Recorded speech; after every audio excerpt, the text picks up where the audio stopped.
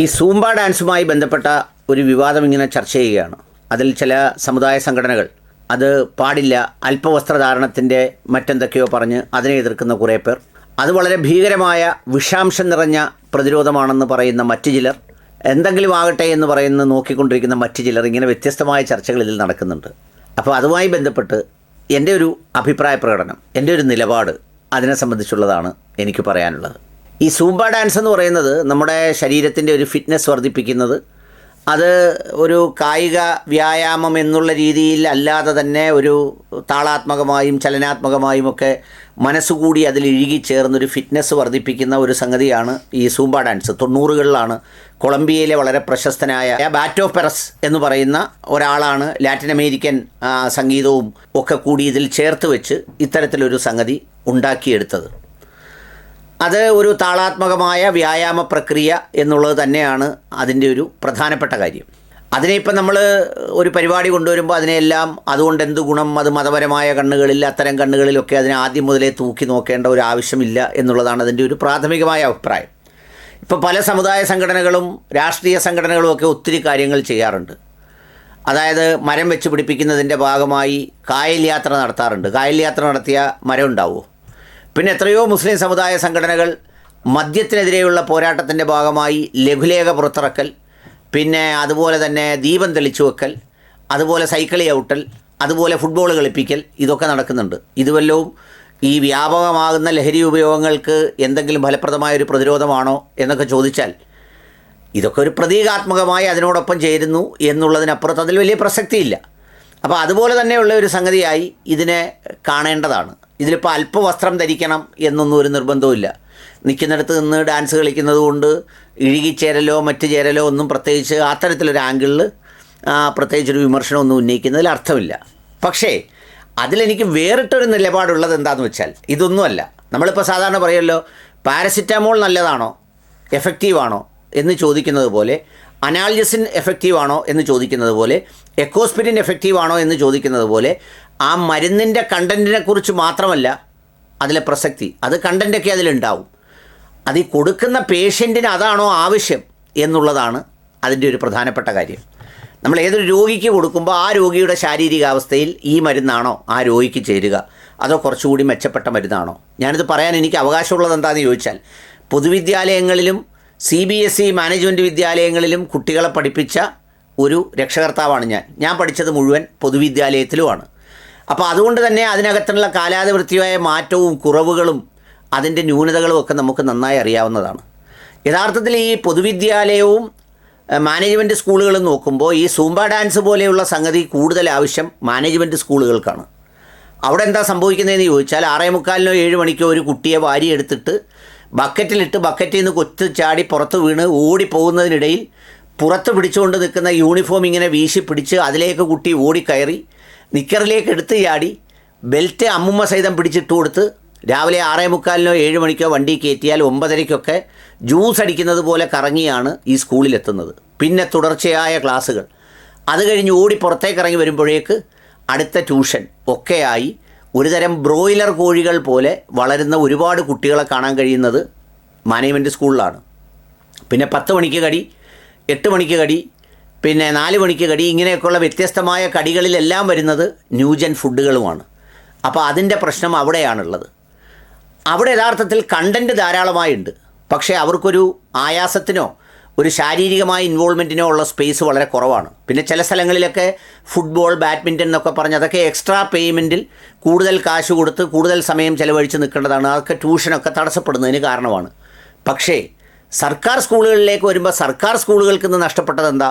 1 അച്ചടക്കമാണ്, 2 അതിൻ്റെ കണ്ടൻറ്റില്ലായ്മയാണ്, അതിൻ്റെ കൺട്രോൾ നഷ്ടപ്പെട്ടതാണ് സർക്കാർ സ്കൂളുകളിൽ നിന്ന് അനുഭവിക്കുന്ന ഒരു പ്രധാന വിഷയം. എന്ന് പറഞ്ഞാൽ 2 പെൺമക്കൾ പൊതുവിദ്യാലയത്തിൽ പഠിച്ച ആ മക്കൾ തന്നെ പിതാവിനോട് പറയുന്നത്, ഒരു കാരണവശാലും അനുജനായ മകനെ നമ്മൾ പൊതുവിദ്യാലയത്തിൽ വിടണ്ട, ആ പഠിക്കുന്ന സ്കൂളിൽ, മാനേജ്മെൻറ്റ് സ്കൂളിൽ തന്നെ അവൻ പഠിച്ചോട്ടെ എന്നാണ്. എന്താണ് കാരണം എന്ന് ചോദിച്ചപ്പോൾ അവർ പറയുന്നത്, അത് അവിടെ പഠിക്കുന്ന ഞങ്ങൾക്കറിയാം, ആൺകുട്ടികളൊന്നും അവിടെ പഠിക്കുന്നത് സേഫല്ല, അതുപോലത്തെ അന്തരീക്ഷമാണ് അവിടെ എന്നാണ് ഈ പഠിച്ചവർ പോലും പറയുന്നത്. എന്ന് പറയുമ്പോൾ അത്രയും സിസ്റ്റം കട്ട് ലൂസാണ്. അതിന് കാരണങ്ങൾ പലതുണ്ട്. അതൊക്കെ പറയുമ്പോൾ നമ്മൾ ജെൻഡർ ബയസിലൊന്നും പറയാൻ പറ്റില്ല. എന്താണെന്ന് വെച്ചാൽ പണ്ടത്തെ കാലത്ത് തുല്യം ടീച്ചർമാരും അധ്യാപകരും ഒക്കെ ഉണ്ടായിരുന്നു നമ്മളെ പഠിപ്പിച്ച കൂട്ടത്തിൽ. ഇന്ന് സ്ത്രീകളാണ് കൂടുതലും. പുരുഷന്മാരുടെ എണ്ണം തുലവും വളരെ കുറവാണ് സർക്കാർ സ്കൂളുകളിലൊക്കെ. പിന്നെ ഉള്ള അധ്യാപകരാകട്ടെ പലതരം പിന്നെ കുരുക്കുകളിൽ, അത് സഹ അധ്യാപകർ കുരുക്കുന്ന കുരുക്കിൽ, ചില സ്ഥലത്ത് PTA കുരുക്കുന്ന കുരുക്കിൽ, ചില സ്ഥലത്ത് രക്ഷകർത്താക്കൾ കുരുക്കുന്ന കുരുക്കിലൊക്കെ പെട്ട ആകെ വലഞ്ഞ സ്ഥിതിയിലാണ്. കഴിഞ്ഞ ദിവസം മുഖ്യമന്ത്രി പോലും ഈ പറയുന്ന ലഹരി വസ്തുക്കളുടെ കാര്യം പറഞ്ഞപ്പോൾ പുള്ളി ഊന്നിപ്പറഞ്ഞൊരു പോയിൻ്റ്, നിങ്ങൾ ഒരു വിദ്യാർത്ഥിയുടെയും ബാഗ് പരിശോധിക്കുന്നതിൽ ഭയപ്പെടേണ്ടതില്ല, നിങ്ങൾക്കെതിരെ ഒരു നടപടിയും ഒരു ഡിപ്പാർട്ട്മെൻറ്റും ഒന്നും ചെയ്യൂല എന്നാണ് പറഞ്ഞത്. ഒരു മന്ത്രി അങ്ങനെ പറയേണ്ട കാര്യമില്ല, മുഖ്യമന്ത്രിയും പറയേണ്ട കാര്യമില്ല. കാരണം അങ്ങനെ ഒരു സംഭവം ഇല്ലായിരുന്നു. എന്തും ചെയ്തോട്ടെ എന്നും പറഞ്ഞാണ് നമ്മളെയൊക്കെ കൊണ്ടുവന്ന് സർക്കാർ സ്കൂളിൽ കൊടുക്കുന്നത്. അടിച്ചാൽ പോലും നിനക്ക് കിട്ടണം, രണ്ടുകൂടെ കിട്ടണമെന്നേ പറയുള്ളൂ. ഇപ്പം അതിനുള്ള സാഹചര്യങ്ങളൊന്നുമില്ല.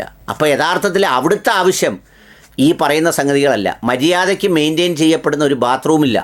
സ്ത്രീകൾക്ക് പെൺകുട്ടികൾക്ക് അവരുടെ മെൻസ്ട്രൽ പാഡ് പ്രോസസ്സ് ചെയ്യുന്നതിനുള്ള ഒരു സംവിധാനം, ആരോഗ്യകരമായ സംഗതിയില്ല. എല്ലാ സ്കൂളുകളുടെയും മൈതാനങ്ങളിൽ കെട്ടിടം വെച്ച് ഇപ്പോൾ കോൺക്രീറ്റ് കാടുകളാണ്. അവരെവിടെയാണ് കളിക്കുക? അവർക്ക് അതിനുള്ള സൗകര്യങ്ങൾ ഉണ്ടായിട്ട് കൊടുത്തിട്ട് വേണ്ടേ അത് പറയാനായിട്ട്? പിന്നെ അവർക്ക് ആയാസരഹിതമായ ജീവിതം മാനേജ്മെൻറ്റ് സ്കൂളുകളെ അപേക്ഷിച്ച് ഇപ്പോഴും സർക്കാർ സ്കൂളുകളിലുണ്ട്. നല്ലൊരു ശതമാനം കുട്ടികളും നടന്ന് ഓടിയും വന്ന് ബസ്സിൽ കയറിയാണ് വരുന്നത്. പിന്നെ അതുപോലെ തന്നെ സൈക്കിളിൽ വരുന്നവരുണ്ട്, നടന്നു പോകുന്ന കുട്ടികളുണ്ട്, ഇഷ്ടം പോലെ നമ്മൾ സർക്കാർ സ്കൂളിൽ നോക്കിയാൽ.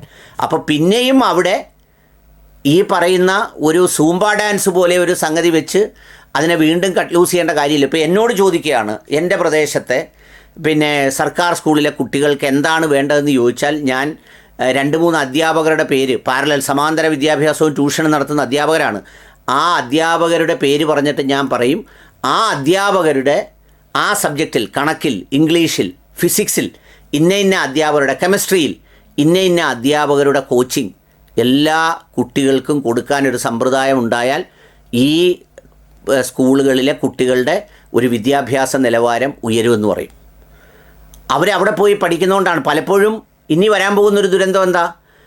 ഇനി വരാൻ പോകുന്ന തലമുറയിൽ കുറച്ച് കുട്ടികൾക്ക് നിങ്ങൾ സിലബസ് ഇഞ്ഞ് തരൂ, പരീക്ഷ എഴുതാൻ അനുവദിച്ചാൽ മതി, ഞങ്ങൾ എഴുതിക്കോളാം എന്ന് പറയുന്ന ഒരു കുട്ടികൾ ഇനിയിപ്പോൾ ഉണ്ടാവും കുറച്ച് കഴിയുമ്പോൾ. അതിന് ചിലപ്പോൾ കോടതിയെ സമീപിക്കും കുട്ടികൾ, ഞങ്ങളെ പരീക്ഷ എഴുതാൻ അനുവദിക്കണം. കാരണം 1-2 സബ്ജക്റ്റ് മര്യാദയ്ക്ക് പഠിപ്പിച്ചിട്ട് ബാക്കിയുള്ള ഒറ്റ സബ്ജക്റ്റുകളും പഠിപ്പിക്കാതെ എല്ലാത്തിനും പാരലൽ ട്യൂഷന് പോയിട്ട് 9 മണി മുതൽ 5 മണി വരെ സമയം കളയുന്നു എന്ന് വിശ്വസിക്കുന്ന ഒരുപാട് കുട്ടികൾ ഈ സർക്കാർ സ്കൂളുകളിലുണ്ട്. അവർ ഈ 2 ക്ലാസ്സാണ് അവർക്ക് നല്ലതെന്ന് പറയുന്നത്. ഞാൻ സബ്ജക്റ്റുകളൊന്നും ഇപ്പോൾ പെട്ടെന്ന് പറയുന്നില്ല, പറഞ്ഞാൽ ചിലപ്പോൾ ഞാൻ ഈ പ്രദേശത്ത് ഇതിലൊക്കെ ജീവിച്ചതായതുകൊണ്ട് അവരൊക്കെ അങ്ങനെയാണെന്ന് വിചാരിക്കും. ആ 2 വിഷയങ്ങൾ ഒഴിച്ച് ബാക്കി സമയം മുഴുവൻ വേസ്റ്റാണെന്നാണ് മഹാഭൂരിപക്ഷം കുട്ടികൾ. രഹസ്യമായിട്ട് ഒരു അന്വേഷണം നടത്തി നോക്കിക്കോളൂ, DDOയോ ഹയർ സെക്കൻഡറി ഡയറക്ടറോ ഒക്കെ നടത്തി നോക്കിക്കോളൂ. അപ്പോൾ അവരെന്ത് ചെയ്യും? അവർ പറയും, ഞങ്ങൾ ChatGPT പഠിച്ചോളാം, എന്നിട്ട് ഞങ്ങൾ പരീക്ഷ എഴുതാൻ വരാം എന്ന് പറഞ്ഞാൽ സ്കൂളിൽ പഠിപ്പിക്കുന്ന കുട്ടികളെക്കാൾ ചിലപ്പോൾ നല്ല മാർക്കോടുകൂടി ഇത്തരം ഇൻഫർമേഷൻ ഗ്യാദർ ചെയ്യുന്നവർ കയറി വരുന്ന ഒരു സ്ഥിതിവിശേഷം ഉണ്ടായെന്ന് വരും. അപ്പോൾ അതുകൊണ്ട് നമ്മളിലെ സാധാരണ പറയുന്നത് പോലെ തലവേദനയ്ക്ക് പിന്നെ എന്താ പറയുന്നത്, കഴലവീക്കത്തിൻ്റെ മരുന്നും കഴലവീക്കത്തിന് തലവേദനയുടെ മരുന്നും കൊണ്ട് കൊടുത്തുകൊണ്ട് കാര്യമില്ല. പിന്നെ ബഹുമാനപ്പെട്ട മന്ത്രി പറഞ്ഞതുപോലെ തന്നെ ഈ സൂംബ അതൊക്കെ അങ്ങ് ഒഴിവാക്കിയിട്ട് ഈ പറയുന്ന പോലെ ലഘുവ്യായാമം എന്നൊക്കെ പറഞ്ഞിരുന്നെങ്കിൽ ഇതങ്ങ് നടന്നു പോയേനെ. എന്ന് മാത്രമല്ല, പണ്ട് നമ്മളൊക്കെ പഠിക്കുമ്പോൾ PT ഉണ്ടായിരുന്നു. അന്ന് PTക്ക് ഒരു പീരീഡ് ഉണ്ടായിരുന്നു. PTക്ക് ഒരു അധ്യാപകനോ അധ്യാപികയോ ഉണ്ടായിരുന്നു. അവർ നമ്മളെ പഠിപ്പിക്കുമായിരുന്നു. ആണും പെണ്ണും എല്ലാം കൂടെ കളിച്ചത്. പെണ്ണുങ്ങൾ അപ്പുറത്ത് നിന്ന് കളിക്കും, ആൺപിള്ളേർ ഇപ്പുറത്ത് നിന്ന് കളിക്കും. അപ്പോൾ അതുകൊണ്ട് ആണും പെണ്ണും കുഴയുന്നു, മറിയുന്നു, അല്പവസ്ത്രം അതൊക്കെ അവിടെ ഇരിക്കട്ടെ. ഇതാണോ കുട്ടികൾക്ക് സ്കൂളുകളിൽ വേണ്ടത് എന്നുള്ളത് ഒരു സത്യസന്ധമായി അന്വേഷിക്കേണ്ടതാണ്. അതല്ല ആരെങ്കിലും കുറച്ച് ആളുകൾ ഇതിനു വേണ്ടി രംഗത്തിറങ്ങി അവർ നല്ല പവർഫുള്ളും അധികാരമുള്ളവരും വേണ്ടപ്പെട്ടവരും ആകുമ്പോൾ അതിലൂടെ കയറി ഒരു ഓർഡറായിട്ട് ഇറങ്ങി വീണ്ടും സ്കൂളുകളിലെ അച്ചടക്കവും ആ അന്തരീക്ഷവും ഒക്കെ കൂടുതൽ ദുർബലപ്പെടുത്തുന്നതാണോ അതോ ശക്തിപ്പെടുത്താനാണോ? ഈ അധ്യാപകരും പിള്ളേരോടൊപ്പം തന്നെ സൂംബ ഡാൻസ് കളിക്കണമോ എന്നൊക്കെ പറയുന്ന സംഗതികൾ സൃഷ്ടിക്കുന്ന മറ്റു പല പ്രത്യാഘാതങ്ങളെക്കുറിച്ചാണ് ഗൗരവമായി ആലോചിക്കേണ്ടത്. അതുകൊണ്ട് ഇതിനകത്ത് സമുദായമല്ല കലർത്തേണ്ടത്, ആവശ്യമാണ്. ഇത് ചിലപ്പോൾ ഒരുപക്ഷെ അടിച്ചേൽപ്പിക്കപ്പെട്ട നിലയിൽ തുടർന്നാൽ മുസ്ലിങ്ങളെ എതിർക്കുന്നോ സമസ്തയെ എതിർക്കുന്നോ എന്നുള്ളതല്ല.